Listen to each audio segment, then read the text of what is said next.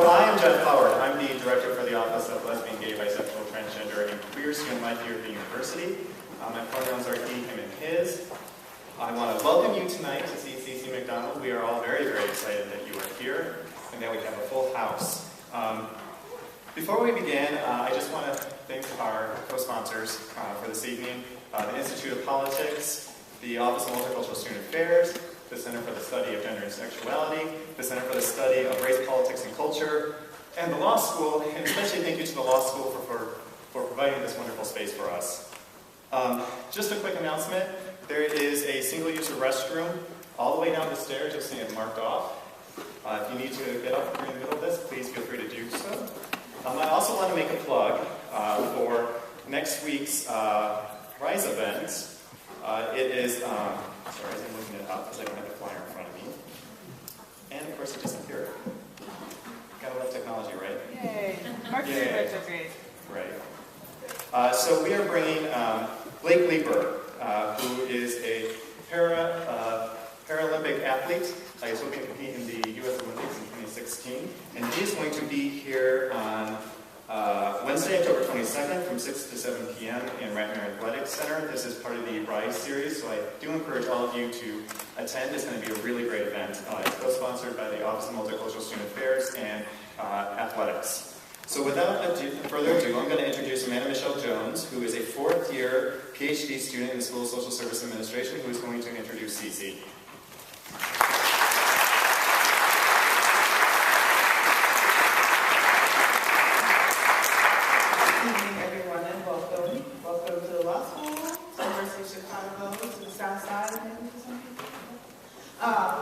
So, a little bit about Cece. Cece McDonald was a political prisoner incarcerated for defending herself against a racist, transphobic assault in July 2010. Due to her willingness to fight, supporters and activists in Minneapolis and across the U.S., there's actually some global stuff in there, built up a solidarity campaign to demand her freedom, and were able to win her a reduced sentence. After serving a 17-month term, she was released in January of 2014.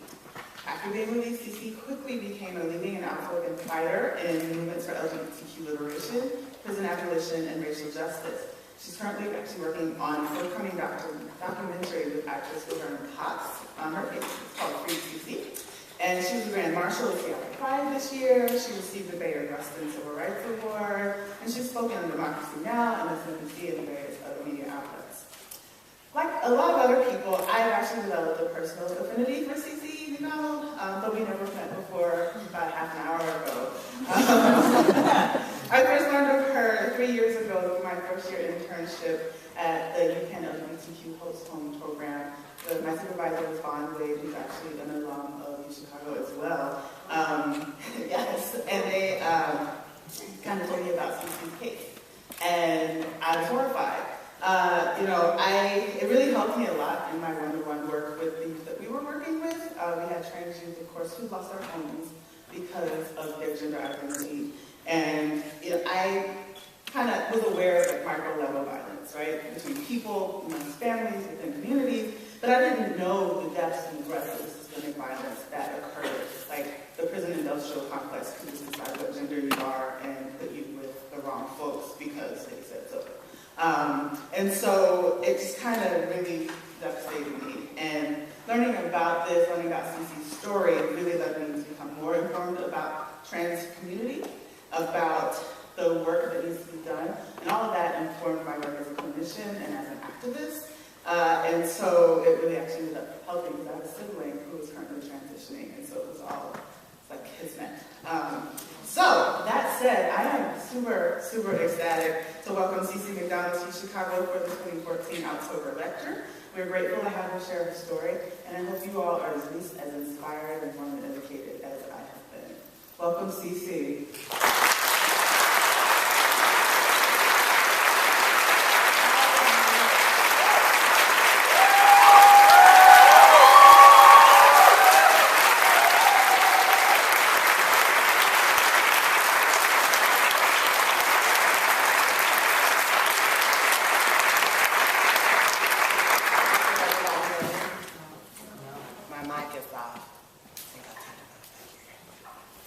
Well, Justin,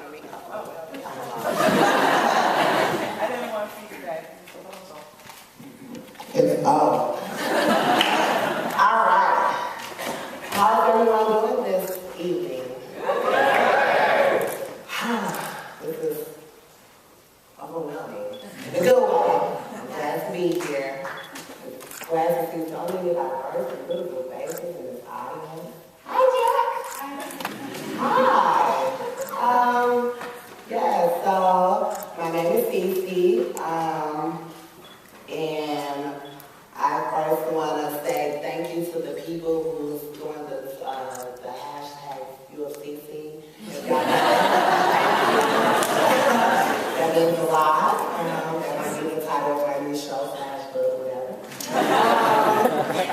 I am here to share my life with you beautiful people.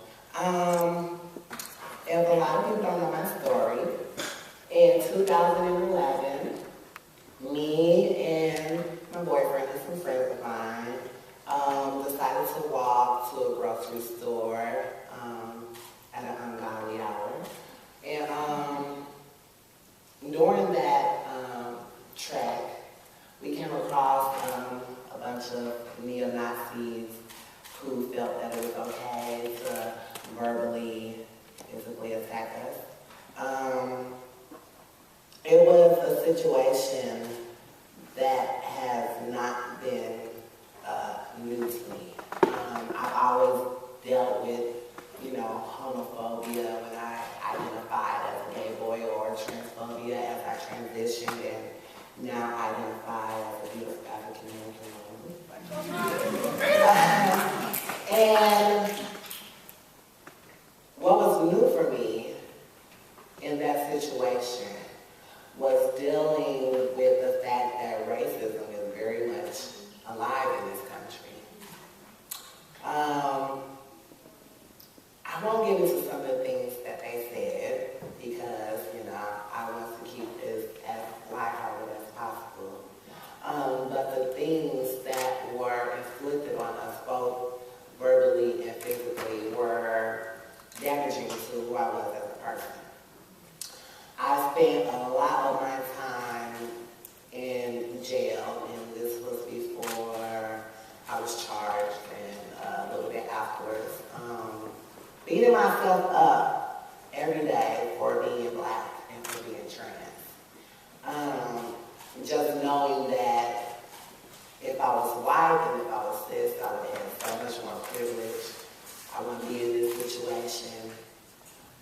And for me to be the victim and be portrayed as the attacker, as the aggressor, definitely put me in a position that made me feel that there will be no justice in this country for people of color, for the LGBTQIA community, for people of color in the LGBTQIA community. And little by little, I depleted in being a whole person and not loving myself and not understanding why society has hated me, has shunned me, has pushed me away. I never once thought that maybe it's not my fault.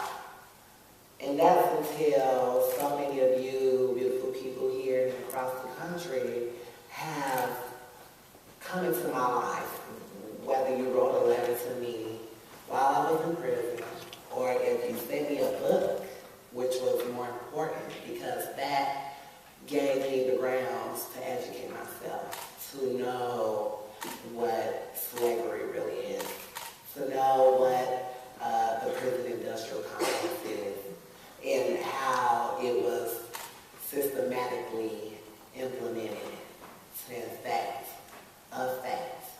and keep us all against each other, to keep us all separated, to keep us in these marginalized groups of who's good and who's bad and what side are we on. I learned from Asada Shakur that it's easy to be driving down a turnpike and have the police stop you and be harassed by the police and to protect yourself. People never think that, police are going to harm you because they're here to protect and serve. But we see in those instances that police brutality is very much real. That people, even in this day and age, as we look at the Mike Brown case, that police brutality is very real. And I dealt with those situations also while I was dealing with the incident. It was really hard for me because, you know, on that night, after everything had happened and I walked away from the situation, bloodied and beaten, and, you know, literally waiting for the police to come. I sat there. I just knew for sure that I was going to get some help in this, that I wouldn't have to worry about going to jail, that I was in the right. And when the police arrived, the first thing that they said was to put my hands up with their guns drawn and where's the weapon. And I was stuck in that moment knowing that this situation is not going to be the best one, that I'm not going to get the help I needed, that I'm not going to be seen as the victim, that I'm not going to get out of this situation intact and full, both mentally and spiritually. Because physically I have already been beaten. And that was really hard for me because I sat in the back of a police car, bleeding, with no medical attention, no help, while they decided to figure out what was the next step for me in this process, known as the criminal justice system. I finally was transported to an ambulance where I wasn't still given the medical attention that I needed because they were so busy trying to take samples of blood and, you know, what happened? You know, we're not gonna, you know, and then the tactics that they use to, you know, coerce you and to make you believe that they're there to help you. And that turns out to be the exact opposite. So everything you say you can't do will be against you quite a lot. And to deal with that, again, I thought people were on my side. Here I am, a vulnerable, attacked trans woman of color. And then I thought about it, oh my gosh, a person with a white cis man. Wow. And I knew that from that moment on, that I would be the attacker, that I was the aggressor, that I initiated this, that this was my fault. And not once did I get an extended hand from anybody in that system to say, what you went through is what so many women go through every day. What you went through is something that so many people of color go through every day. And to sit there and be bombarded by questions and tests while I'm bleeding from my face was somewhat belittling. It was something that took a piece of me away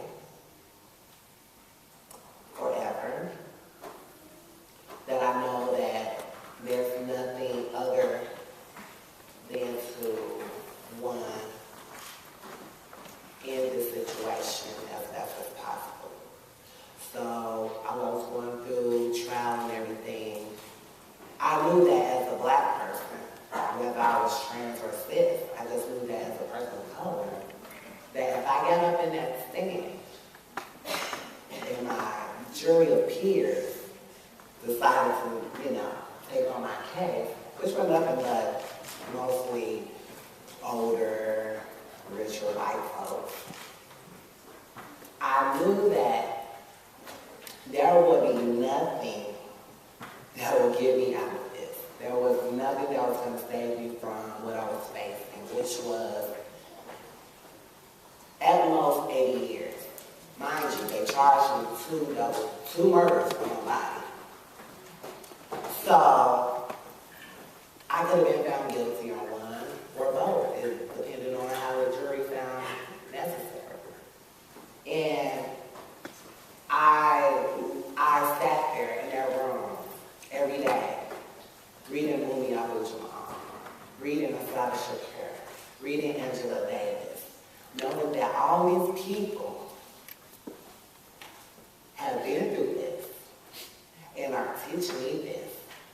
I have nothing but the right to carry on this torch. And I knew that if I carry this torch, I have to be a risk taker and I have to be selfless. And in that moment, I knew that my situation was greater than myself, that it was beyond me, that there was nothing about this situation that was just about Cece McDonald anymore. I had to think about all the people of color, all the trans women of color, all the trans women who have been slain or victims of the criminal and justice system. And I gladly picked up that torch. And I knew that this was going to be a marathon for the gods. That I knew that I was going to fight this to the very end. And the very end for me was on that day when I took that plea deal. And again, I began to beat myself up. I went to my room, and I cried, and I cried, and I cried, and I couldn't seem to figure out how can I let some of these people down? How can I have fallen into this trap again? And I had people to reassure me that you didn't fail. It's not your fault. You're a black person in the system. And I had to realize it wasn't my fault. That I had to know that nothing that I did was my fault. It was not my fault that he had a swat to the tax on his chest. It was not my fault that he had previous domestic cases. It wasn't my fault that he even had a toxicology report of the gang. But it was my fault that I was walking down a block trans at 12 a.m. I'm supposed to be in the bed and hiding from the people and scared. Oh, master, no. I am still going through issues of PTSD, and you can, whatever you name it, I'm probably going through it. But I know that I'd rather have did 2 years behind bars than to have spent my whole entire life in prison and not ever have been able to stand up here and talk.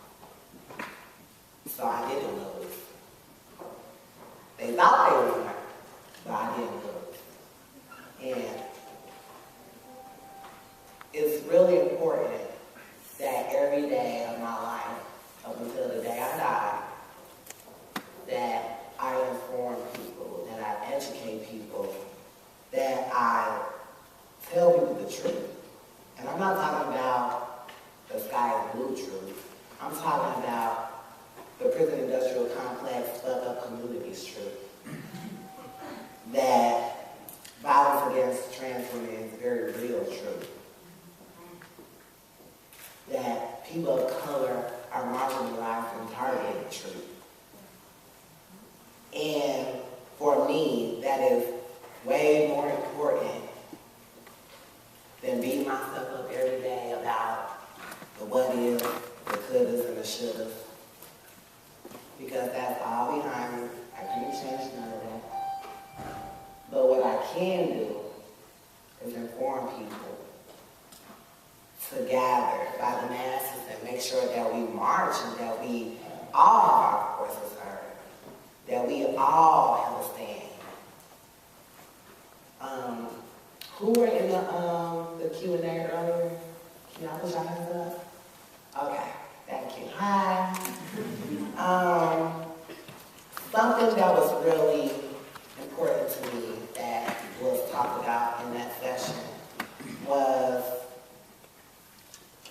alliance and coalition. And how does that happen? And I said, in order for that to happen, a person has to be totally selfless and an absolute risk taker. And by that I mean, how many of us are willing to put our lives on the line, like so many have before us, in order to make peace and equality and progression, true progression, happen in this country? How many of us are willing to be doused and pepper spray and tear gas and all these things just to make sure that our voices are heard and the people next to you voices are heard? How many people in here can honestly say that once they leave here, they'll connect with somebody else in this room that they don't know to make something happen? See, that's what I'm about. I'm about change. I'm about being a risk taker. I'm about all selflessness. Because like I said then, I would say now, these situations are more than just myself. Yeah, people can say, oh, well, you know, we're trying to fight for trans progression, yes. But to talk about trans progression, we got to talk about the end of racism. We have to talk about the criminalization of our culture. We have to talk about mass incarceration. We have to talk about the issues of government, deportation, immigration, and so many other things that people will not assimilate with trans progression. As a trans woman, I'm for the progression of everything. I'm for the equality of everything. I'm for the equality of everyone. Not one group, not one person, but for all of us.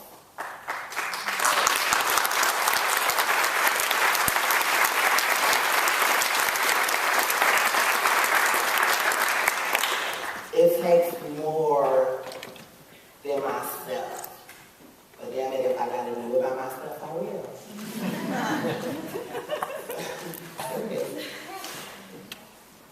I feel that there is nothing in this world that can convince me that one issue is greater than the next, or that one is just as less important. They're all equal. Everything in this country, everything in this world that happens, it affects us. It's going to make a full circle back to you and you and you and you. But we're so caught up in things that are mundane, that have no value in life. So what you got to do, Rockford? Nice. So what's your coat costing $1,300? Cool. But what are you doing for your community? Did the $1,300 you put on your coat, you know how many miles that could have taken? Or do you know those new Rockfords you bought? That money could have been donated to an organization that could have progressed, that could have did what you thought or perceived that you were doing. See, a lot of people in here are what I call pretenders. Yeah. We talk about, oh, I'm an advocate, I march, I bake cookies for the cause. Fuck your cookies.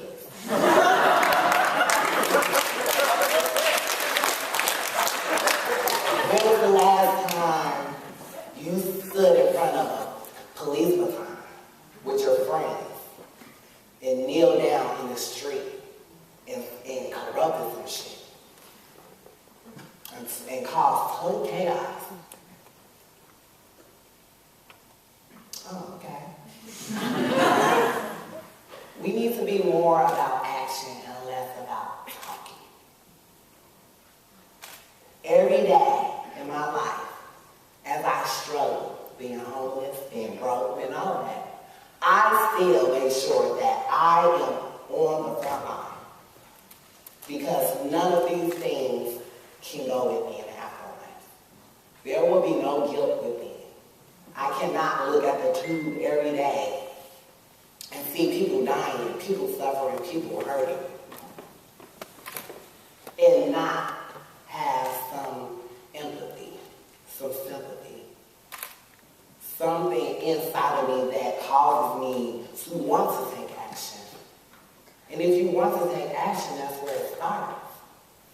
But you can't want to take action and sit on the sidelines and then profess how much you are an advocate. No, you can't sit on the sidelines and watch as your friends, get beaten and broken. And you say, oh, well, I wish I could make it.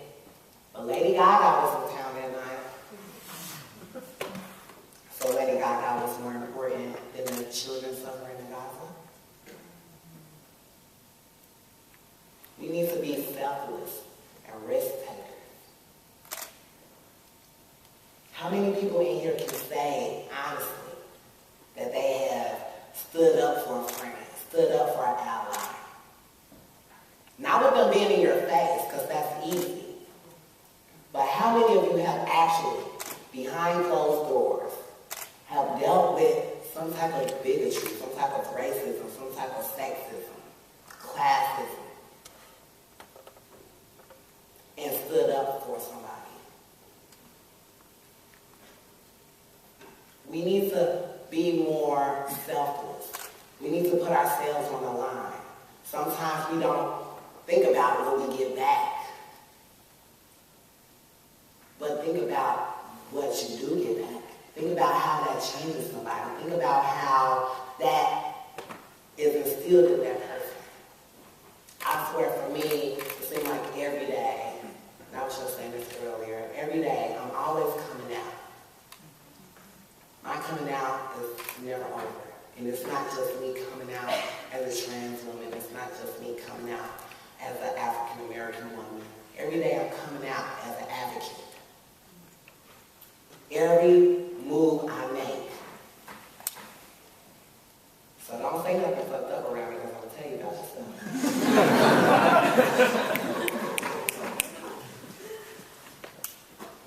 I know that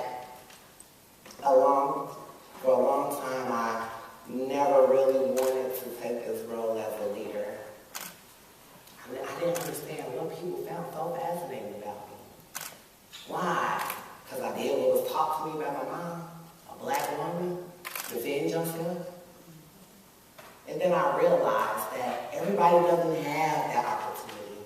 Everybody doesn't have that strength. Every letter that I received in prison was somebody telling me how much I inspire them, how much motivation I give them, how much they wish they could stand up for themselves like me.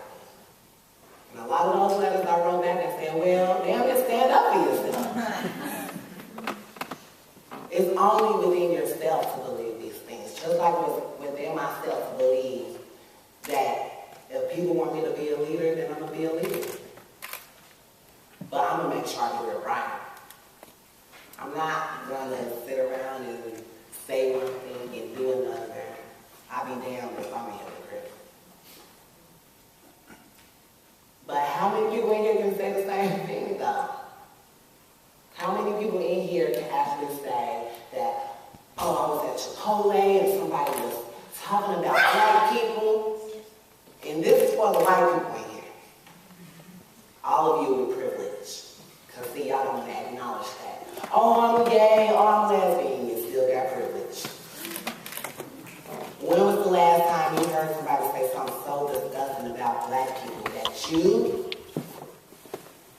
within yourself, went up to them and said, you know what, that's wrong. You're ignorant. Education system. Learn their history. No, you went on about your day, you got your damn steak burrito and you left. Didn't nobody think about how you just let a stereotype, an ism, escape in the world. You might might as well be a villain. You might as well be just like them. You're allowing things to perpetuate in our society that can no longer stand. So you can't be an advocate and stand on the sidelines, like I said. You can't be a person that preaches one thing and does another. It's really important, and I just want to say this, it's really important that I let some of you people know this. I'm not your token. I am not your token. I need you to understand what I'm saying about this. I don't want you to be my friend because of my struggle. I don't want you to think I'm cool and romanticize my poverty because I'm black. I don't want you to come on and jump on the bandwagon because you think my story was awesome and you thought it was cool that I defended myself. No. I need you to be on the front lines with me. No race, no gender, no sexuality. I'm not your token. I don't want you to ever think that, and please don't think anybody other than myself is. We're people like you. We're trying to progress just like you. And once people acknowledge their privilege, once people say, hey, damn, wow, I came from a family of millions, and I think it's cool that my friends wear tore-up chucks to school. How can I get some tore-up chucks? Well, you gonna live in the hood. And you tread those pavements, and you live those lives, and you see those hardships, and you struggle every day. That's how you get tore-up chucks. I'm not your token. I don't want you to romanticize my struggles. I don't want you to sensationalize me as a trans woman. I want you to be my ally. I want you to be selfless. I want you to be risk takers.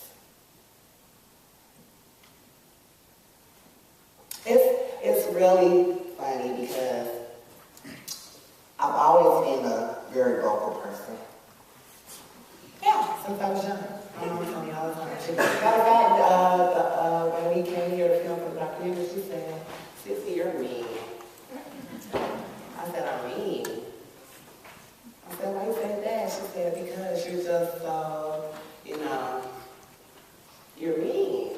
And I'm like, okay, I guess I'm mean. And I think I put it together.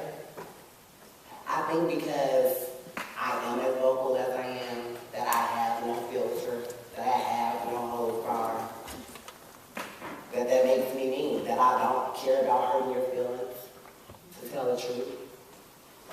So what? Who cares? You need to hear the truth. If you're a white person with privilege, I'm going to tell you you're a white person with privilege. Now get out of my face. And once you come back and acknowledge that and accept that, then we can move forward. If you're a gay or if you're a lesbian person in the LGBTQIA community and you don't want to recognize that you're transphobic, get out my face. Come on now. Let's not forget who led this movement. Come on. Come on. If you're a person and you come from wealth and you come from glitz and glamour, hey, that's nice for you. But how are you putting that back into your community? You can go home and watch your 60-inch TV all day long. But how many organizations did you donate to in the last month? $10? $5? Oh, okay, get out my face. So what? We don't want to hear the truth. It took me a long time to come to my own truth, to recognize these things that are in me, to be like, hey, you know what, Cece, maybe you can be a little racist sometimes. Oh, also, yes, this is another one. It just dawned on me. When people of color who aren't African American bash other people of color who are African American, you're being an asshole. Get out my face. Again, we don't want to acknowledge our privileges that some of us was granted just a little bit more. No, we need to be selfless. We need to be risk takers. We need to be honest to ourselves. Not too many people can be honest to themselves because they're so busy living a facade. You got your clay mask and your cloth shoes and you do this little dance and jig. And all along, the people behind the curtains is laughing, pulling them strings, and you're doing just exactly what they want you to do. You want to fit in. I have no desire to fit in. I don't want to be like anybody in this room but myself, and I hope everybody will do the same thing. Don't live up to no one's standards but your own. Don't try to please your family because it's legacy, it's lineage. You want to follow some patriarchy, hierarchy, and keep on doing that dancing jig with your clay mask on and your clock shoes. Make me sick. When are we going to realize that we were put on this earth to be individuals? We were put on this earth to live these lives that weren't like the lives of the person next to us. Every day is somebody trying to live up to some standard. Every day I have to tell black people, stop beating each other down. So what, you in the Ivy League school? Who gives a fuck? Your brothers and sisters are still struggling in the hood. You forgot? And you want to turn your back? It's funny. Because these are the truths that don't nobody want to get into. But I'm telling you. I'm going to let you know. So what are we going to do from this point? How are we as people going to progress? Are we going to internalize this shit and become jaded and mad? Oh, that bitch got up there and said something I don't like. Again, fuck you, get out my face. Or are we going to live in this? Are we going to take this and become better people? Are we going to take this and utilize it to our bestest ability? Are we going to use this and figuring out how to dismantle the prison industrial complex?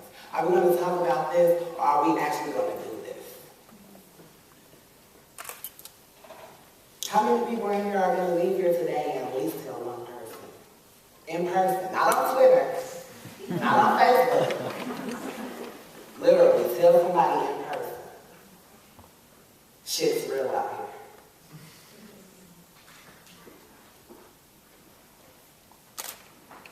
I need for people to be diligent. I need for people to be steadfast. I need for people to be selfless. And what else? Risk takers. Thank you. Because once we let go of ourselves, once we let go of our predispositions, once we let go of our past and even our present, and focus on how we can change the future, I'm going to just for ourselves. Remember, we're leaving people behind, little ones who's going to grow up and be like us one day. But how much like do you want them to be? Do you want them to be a sideline sitting person? Or do you want them to be an action taker? Do you want them to be a clay mask, clog, shoe wearing, string puppeteer? Or a puppet, because you're not even a puppeteer, you're just a puppet. Or do you want them to be risk takers? Do you want these people to grow up believing in gender binaries and sexuality and race and class? Or do you want them to be individuals who live lives, be risk takers? We have to look. Progression is happening. It's definitely happening. We have kindergartners that can come out as trans-identified, queer-identified. I never was awarded that as a child. I usually would get beaten to believe that I was something that I weren't. Do we want to leave that for our children? Do we want to constantly tell them, police them? Isn't that what we're against, policing? We do it every day and we don't notice. So what are we going to do once we leave this room? Are we going to constantly, find shade? Because we use it as a security blanket. It's good to be shady because then you won't have to deal with stuff. Shade will prevent you from showing up to the march because Barbara's going to be there. Because you don't like Barbara, you can't go march. No, that's not how it works. Barbara is there to march, so your ass should be there to march. Don't nobody care you don't like Barbara. Are we going to keep sitting back and allowing society to break us down? Use us as their stepping stools. Whatever other household furniture you want to name. Or are we going to be the people who change this world? Not this country, this world for the better. There are people in Gaza and 3 people in Ferguson. What can you do in your own neighborhood? What can you do to change the way that people see you? Are you hiding behind your mask, your clock shoes, and your little jeans? Are you just trying to make it by every day? Are you just trying to put up a facade? Oh, I'm a lesbian, but I'm going to wear this cute skirt. I want people to find out. Should I shave the legs?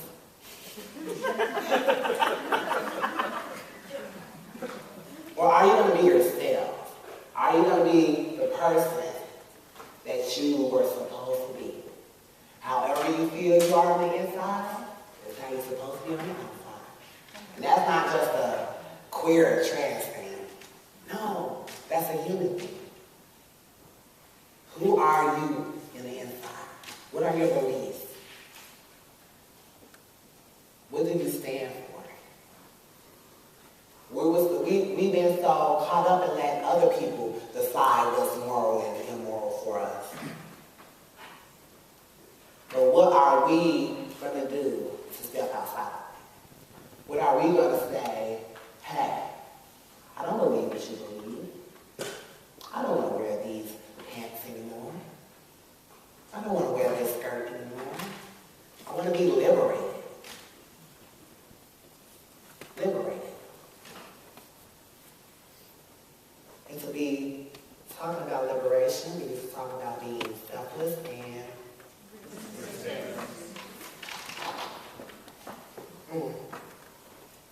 And why all these things make one big connection?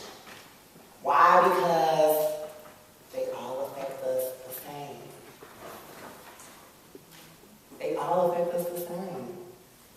And we sit back and we just, brush it off, or we tweet about it, or, we do some weird things that has nothing to do with what's going on in that incident, in that situation. Because we rather tiptoe and walk on eggshells or beat around the bush instead of facing these issues head on and be truth tellers. Because I have no issues with telling the truth, as we all know. But how much of yourself, how can you say, I'm going to be honest, I'm going to tell the truth, I'm going to keep it real, uncut, 100. And then you just lied 2 seconds to your friend, just like he said that. She said, how look at this shirt? You know it's atrocious. You said, girl, you look good. You have to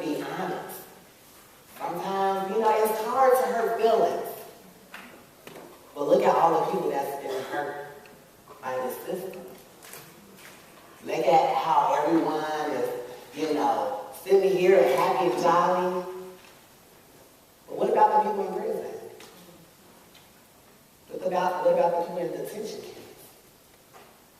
What about those people that don't have the opportunity to make up a lie?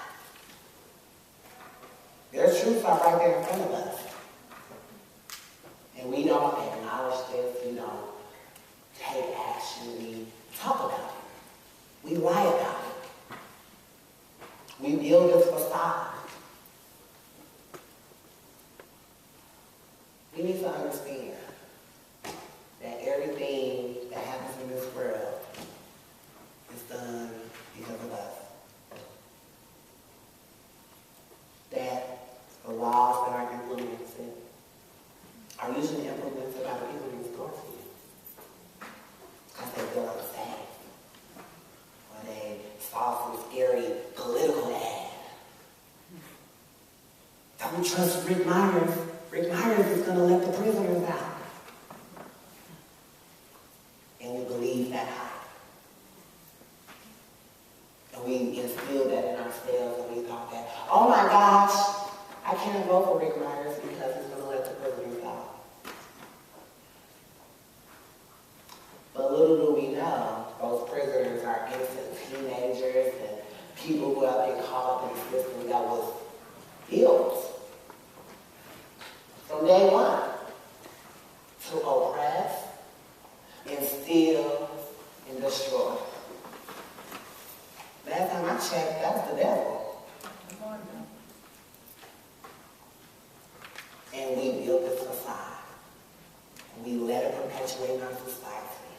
Prisons are good, they're there for a reason. So why is it that the present color population in America is smaller than that of the white population in America, but the present color population in prison is majorly higher than the white population in prison? We don't want to accept that. We don't want to believe that. No, no, it's true. There's some truth to your ass. Believe it. It's real. It's happening every day. This very second. Someone is being targeted. Someone is being handcuffed. Someone is being beaten. Someone is being shot by a police officer. And we think this is all okay. That we think that everything they do is for good intentions and they're just doing their job. And no, this is a society that we let continue in our society. That we decided that, oh, now's the time to get active. And yet we still sit on our asses. I don't do that tomorrow. I'll sign that petition tomorrow. I'll vote for Rick Myers tomorrow. No. Action is now. Action is in this very moment. You sitting there with your mind open. Because we are what? I need for us to be selfless. I need for us to be risk takers. I need for us to be selfless. I need for us to be risk takers. I need for us to be selfless. I need for us to be risk takers. I need for us to be selfless. I need for us to be risk takers every day, every second of your life. Be selfless. Be a risk taker. Be selfless. Be a risk taker. Be selfless. Be a risk taker. Do not let these things continue. Because you're just as bad as the bad person, right? If you sit there and you see it, you sit there and you watch it, if you sit there and you listen to it, you're just as bad as the bad person, right? So don't say nothing when the bad person gets to you. Because you sat there and you let it happen. You sat there and you done nothing. You sat there and you let it continue. And these cycles, they continue and they continue. Because we weren't busy being selfless, we were being selfish. We weren't being risk takers, we were being pretenders. I need for us to be selfless. I need for us to be risk takers. I need for us to be empathetic. I need for us to be sympathetic. I need for us to be all open. I need for us to be mouth closed, brains wide open.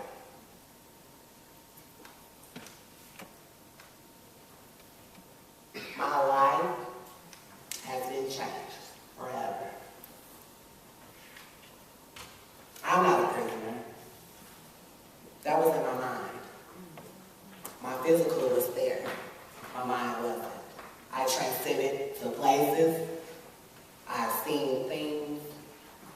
I know things. And there's nothing that anybody can take that away from me. There's nothing. Every day of my life is a journey. Every day of my life is advocating. Every day of my life is progression. Every day of my life is change. Because I decided to be selfless, to be a risk taker. Now, don't get me wrong. I was real selfish. I was a real pretender. My shade levels were through the roof. But sitting in that cell has shown me that even though I'm in this cell, there were so many people in this cell before me. So many after me.